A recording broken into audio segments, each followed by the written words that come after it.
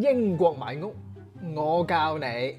新樓唔好買，舊樓太舊都唔好買，要獨立屋，要bungalow頂盡2層4房以上就梗㗎啦。頭屋唔要，尾屋唔要，要係 cul-de-sac，要交通方便，要近超市，要治安好，要 grammar school，要係白人區，唔要回教寺，唔要黑人、印度人、東歐人、烏克蘭人啊，最緊要唔要係香港人。鄰居一定要高質，佢唔可以有小朋友，唔可以養寵物，唔可以年紀大，唔可以年紀細，唔可以係大學生，更加唔可以做藍領，仲要唔可以高過我添。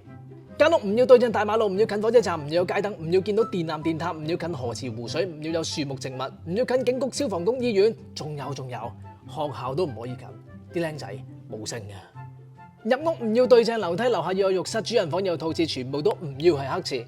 飯廳同客廳要開放式，要有車房，要有洗衣房，要多儲物室，要有裝修，要鋪地板，樓底仲要夠高添。前院可以唔要草，但起碼要停到3架車；後花園就唔可以冇草，但起碼要鋪一半磚。share 唔 share 都唔緊要，但必須要做埋個 summer house 咯。啊，最緊要，街號唔可以有4字，間屋一定要係冇死過人。啊，揾到啦！